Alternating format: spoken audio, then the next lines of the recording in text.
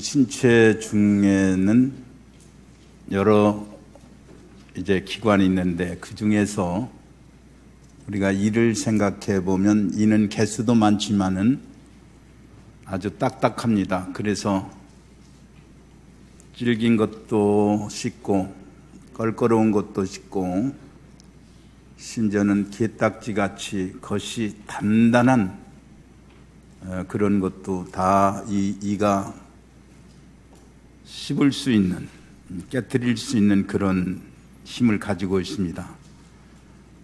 그런데 이는 이렇게 강하지만은 부드러운 혀에 비해서 흉도 먹고 또 빠지기도 하고 그걸 새로 갈아서 치료도 하는 그런 약점이 있습니다. 그런데 혀는 부드럽지만은 전혀 이 혀가 빠져버리거나 깨져버리는 일이 없는 것을 보게 됩니다.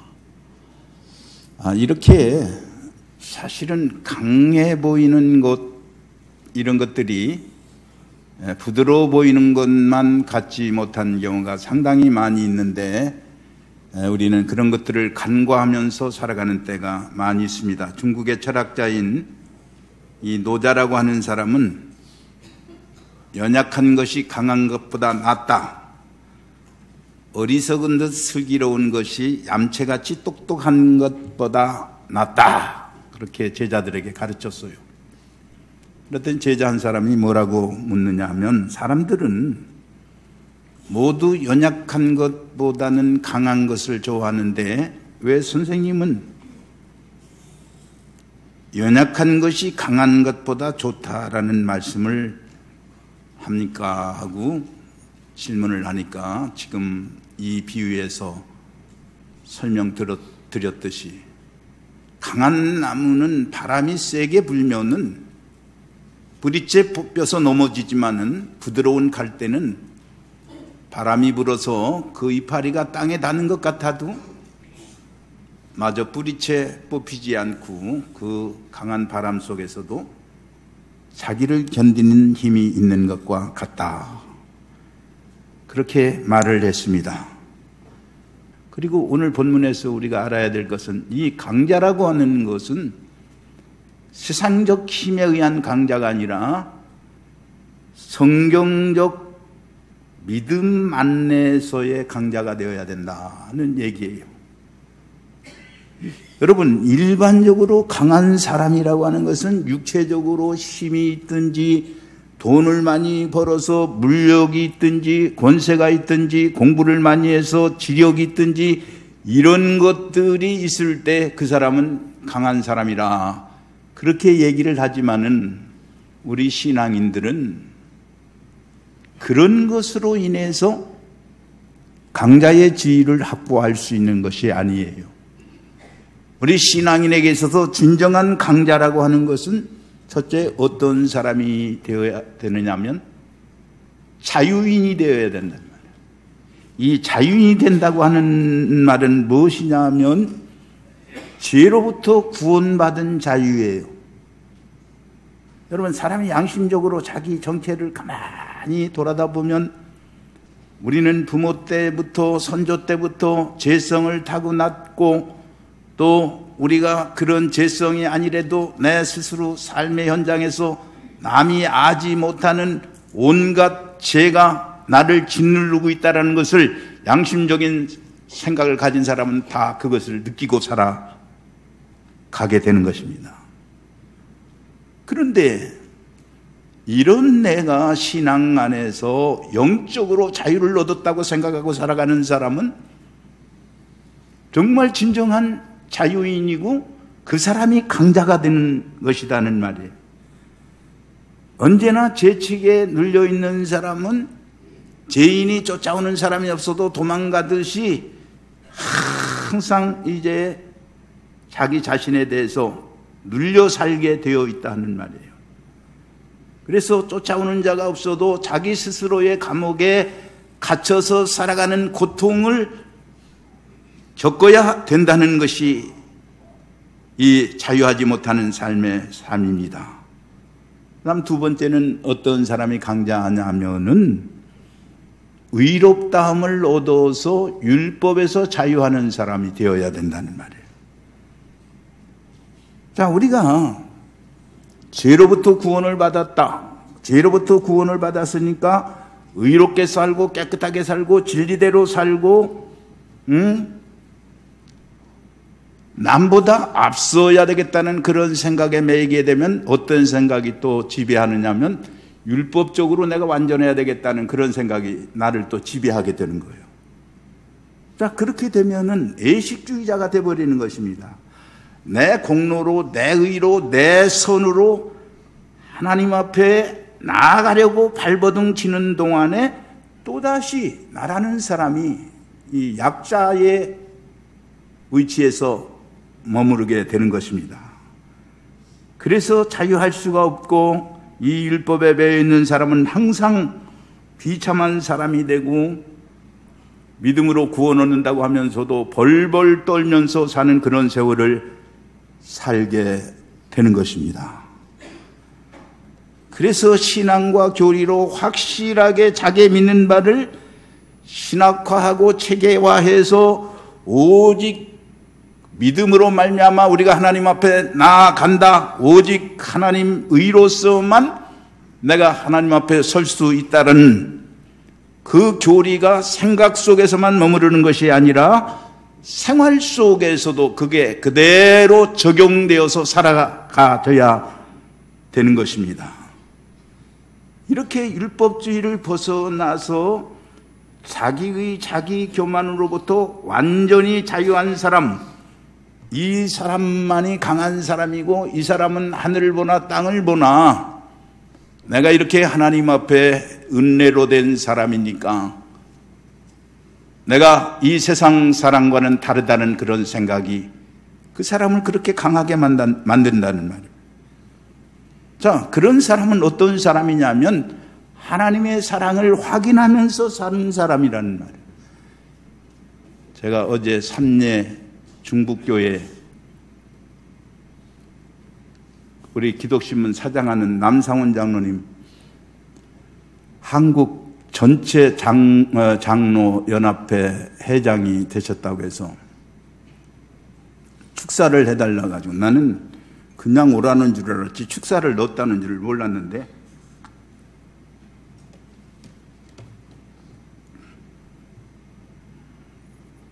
축사를 첫 번째로 이렇게 넣어서 삼례 중국교회를 가봤는데 교회가 지방에 있지만은 익산에 있지만은 아주 교회가 잘 지어졌고 그리고 전국 장로회 협의회다 보니까는 막 교회도 아름답지만은 꽃에다 얼마나 많은 장로님들 목사님들 내서 거기에 이제 축하 행사를 하더라고요. 그런데 제가 늘 듣고 확인하는 것만 알았는데 거기에 그 장로님 부인 되시는 박 권사님이 거기에 함께 하셨어요. 그런데 놀라운 것은 이 권사님은 28년 동안 병원에서 입원해가지고 자유치료를 못하는 분이에요. 그런데 장로님은 28년 동안 한 번도 그 권사님에게 부인되는 권사님에게 서운하게 한 적도 없고 또 제가 어디 이제 나와서 있는 동안에도 보면은 계속해서 아침 저녁으로 이렇게 안부 전화를 하는 거예요. 여러분 이 세상 사람들 같으면 뭐 성격 차이라서 이혼 신고하고 병이 들어서 결혼 생활 불능이라고 해서 이혼 신청하고 그러는데 그 장로님은 한 번도 불평한 적이 없답니다. 그리고 권사님도 그렇게 불평한 적이 없대요. 그래서 자기는 내가 28년 동안 아내와 이렇게 병고 속에서 전에 피아노 반주도 잘하고 훌륭한 아내하고 건강해서 행복한 때도 감사했지만은 병상에서도 이렇게 서로 충돌이 안 되고 이렇게 살아가는 세월이 너무 감사하다고 그렇게 얘기를 하는 소리를 들었는데, 듣기만 하다가 병원에서 퇴원해가지고 휠체어에 앉아있는 모습을 보면서 천사같이 보여지는 그 권사님을 보면서 많은 것을 생각하게 되었습니다. 여러분, 어떤 분은 병원에 입원을 하고 나서 모든 것이 얼스톱 되니까 그동안 감사한 줄도 모르고 내가 내 힘으로 사는 줄 알았다가 내가 살아가는 것이 하나님의 은혜로 하나님이 주시는 건강으로 내가 산다는 그런 생각하여서 병원에 들어가서 이제 하나님의 사랑을 확인하고 거기서 회개하는 사람들도 종종 있습니다. 바울 사도는 오늘 로마서 15장의 여러 가지로 우리에게 강한 사람이 어떻게 살아가야 될 것인가를 설명했지만은 8장 37절에도 이 모든 일에 우리를 사랑하시는 이로 말미암아 우리가 넉넉히 이기느니라. 하나님의 사랑하시는 바를 깨닫기 때문에 잘되는 날에도, 건강한 날에도, 병든 날에도, 가정이 화평한 날에도, 우환이 있는 그 날에도 하나님이 나와 함께 하시는 것을 깨닫고 그 사랑으로 인해서 내게 당해오는 모든 어려움들을 내가 넉넉히 이긴다는 그런 고백을 했어요. 우리 예수 믿는 사람은 안 되는 날에도, 곤란한 지경에도 우리가 생각해 보면 다 은혜이고 하나님의 사랑과 하나님의 베푸신 그 지복으로 인해서 우리가 살아가는 거기 때문에 이렇게 이길 수 있는 사람이래야만 하나님의 사람이 될 수 있는 것입니다. 오늘 본문의 말씀을 보면 뭐라고 말을 했습니까? 믿음이 강한 자는 연약한 자의 약점을 감당해야 된다고 그랬어요. 1절, 믿음이 강한 우리는 마땅히 믿음이 약한 자의 약점을 담당하고 자기를 기쁘게 하지 아니할 것이라. 여러분, 어느 때 어느 일이든 간에 문제는 컴플렉스를 가진 사람이 문제인 거예요. 불뚝불뚝 화를 내는 사람, 정신적으로 건강하지 못한 사람입니다. 이기적인 사람, 유치한 사람, 아직도 어린 아이처럼 때를 분별하지 못하고 자기만 위에 달라고 떠드는 사람이라는 말이에요. 그러나 여러분, 우리는 어느 선에서 어떻게 하는 것이냐는 것은 참 쉽지는 않아요. 여러분, 개와 고양이가 왜 자주 싸울까요? 어쩌다가 개하고 고양이하고 같이 친하게 있는 거 보면 뉴스거리가 되더라고요.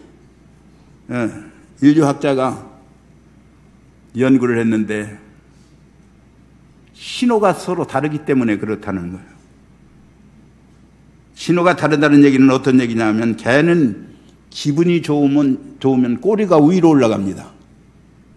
여러분, 개 키우면 기분 좋으면 꼬리가 위로 이렇게 말려져가지고 덜덜덜 쳐요. 그런데 저기 와서 대항하려고 할 때는 꼬리를 싹 내려가지고 막 털이 그냥 위에 일어서가지고 대항을 합니다. 근데 고양이는 기분이 좋으면 꼬리를 내리는 거예요. 그리고 기분이 나쁘면 꼬리를 위로 올려가지고 하고 대항하려고 합니다. 그러니까 고양이와 개는 전혀 다른 문화권이에요. 다른 신호를 가졌습니다. 그래서 개가 고양이에게 I love you 하면 어떻게 되겠어요? 꼬리가 위로 올라가니까 싸우자는 것이 되어버리는 거예요. 그러나 신호가 다르니까 계속 상충되어지고 마는 거예요. 여러분, 사랑의 비결이 어디에 있느냐? 그것은 간단합니다. 내가 내 신호를 버려야 되는 거예요. 내 신호를 버려야 되는 거예요. 나로서는 꼬리가 위로 올라가는 것이 정상이지만 저쪽의 신호를 택해서 자기 꼬리를 낮추는 것이다는 말이에요. 입장을 바꿔놓고 생각해야 되는 거예요. 항상 다른 입장에서 생각을 해야 되는 것입니다. 그래서 남편은 아내 입장에서, 아내는 남편의 입장에서 서로 바꿔놓고 이해하며 살아가는 것이, 서로를 담당하는 것이, 그렇게 해야 사랑의 역사가 이루어지는 거예요. 제가 늘 말씀드립니다마는 진실로 내가 원하는 대로만 살아가지고는 가정의 화평이 일어나지를 않습니다. 내가 먹고 싶은 것만 다 요구해도 가정의 행복이 이루어지지 않는 거예요. 그저 좀 덜 맛있어도 저쪽에서 좋으니까 좋은 게 좋지라고 이렇게 생각하면서 내가 약점을 감당하게 될 때에 고차원적인 인생을 살아가야 되는데, 이 5절에는 뭐라고 말을 했느냐 하면, 이제 인내와 위로의 하나님이 너희로 그리스도 예수를 본받아 서로 뜻이 같게 해 주신다고 그랬어요. 그리스도를 본받아서 따라가는 사람이 약점을 감당할 수 있다는 말이에요.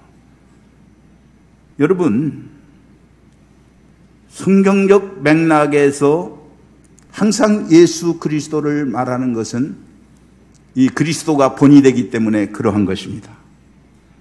여러분, 우리가 알듯이 넉넉한 건강력을 가진 사람은 이런 병 저런 병 상관할 것 없이 항상 입맛이 좋아요. 무엇을 먹든지 맛있게 먹을 수가 있습니다. 그런데 건강하지 못한 사람은 이래서 안 되고 저래서 안 된다고 다 맛이 없다고 말합니다. 여러분, 정신적으로 건강한 사람은 아무 데나 누워도 잠이 잘 와요. 그러나 허약한 사람은 잠자리가 어떻고 쓸데없는 소리를 하게 됩니다. 병든 사람은 과민합니다. 투쟁합니다. 짜증냅니다. 정신적으로 병든 사람은 아무 사랑도 할 수 없습니다. 자기 사랑이 허약한데 어떻게 누구를 돕겠다는 얘기예요. 예수 그리스도는 그렇지 아니했다. 우리 그리스도인들은 강자가 되어야 되는데 스데반 집사가 그리했던 것처럼, 예수님의 모습을 보였었던 것처럼 그 불편한 사람들 앞에서도 자기를 향하여 죽음을 애치는 그 사람들 앞에서도 천사의 얼굴을 한 그 스데반 집사 같은 얼굴, 예수님이 십자가에서 본보여주신 그 이제 기쁨과 행복이 있어야 다른 사람의 약함을 감당할 수 있다는 말이에요. 여기에 덕이 있고 여기에 인내가 있고 여기에 사랑이 있고 여기에 하나님의 영광이 있는 것입니다. 결론적인 말씀을 드리려고 합니다. 여러분이 여러 차례 들으신 분도 계시겠지만 에브라함 링컨은 학교라고는 초등학교밖에 나오지 않은 사람이에요. 자, 이 사람이 대통령까지 되기까지 얼마나 많은 시련이 일어났겠습니까? 적도 많고 비난도 많고, 또 얼굴도 그렇게 잘생기지 않은 사람이 무슨 정치를 하느냐고 많은 야지를 놓았는데, 그 중에서 제일 이 링컨을 괴롭힌 사람이 어떤 사람이었느냐 하면 스탠턴이라고 하는 사람이었어요. 이 스탠턴이라고 하는 사람은 얼마나 링컨에게 불량한 말을 했는지, 링컨은 교활한 어리광대이다. 오리지널 고릴라이다. 고릴라를 구경하려면 아프리카로 갈 것이 아니라 일리노이주에 있는 스탠필드로 가는 것이 고릴라 보기가 쉽다라고 그렇게 이 링컨 대통령을 조롱했어요. 대통령 되기 전에도 그렇게 이제 조롱을 했습니다. 그런데 이런 조롱하는 사람들 속에 링컨이 대통령이 되었는데, 대통령이 되면서 이제 국무위원을 조각하는데 이 스탠턴을 국방부 장관으로 고용을 하게 된 거예요. 임명하게 되었어요. 사람들이 깜짝 놀라서 링컨에게 물었습니다. 아니, 그렇게 당신을 비난하던 사람을, 그 수많은 사람이 있는데도 어떻게 국방장관으로 세울 수 있단 말입니까? 그렇게 물었을 때 링컨은 여유 있게 대답을 했습니다. 그 자리는 그 사람이 맡아야 합니다. 그 사람은 말하는 것 같지만은 사명감이 있는 사람입니다. 이렇게 사람들에게 설득을 했어요. 링컨은 다 극복할 수 있었고 넉넉히 이제 이길 수 있는 그런 자격을 가진 사람이었습니다. 아시다시피 먼 훗날에 에브라함 링컨이 불량한 사람에 의해서 이제 암살을 당하게 되었습니다. 그때 가장 슬프게 운 사람이 바로 스탠턴이라는 그 사람이었는데, 뭐라고 말했느냐면, 여기 세계에 많은 사람이 지켜보는 가운데 위대한 한 사람이 누워있다, 그러면서 가장 링컨의 죽음을 슬퍼했다고 합니다. 여러분, 이 링컨의 강한 여유와 이 힘이 어디에서 오는 거냐면, 링컨은 사명의 사람이었기 때문에 자기를 그렇게 비난하던 원수를 사랑할 수 있었습니다. 내 자신의 편한 것보다는, 자기의 수치보다는 국가적, 공적 유익을 생각했다 하는 말이에요.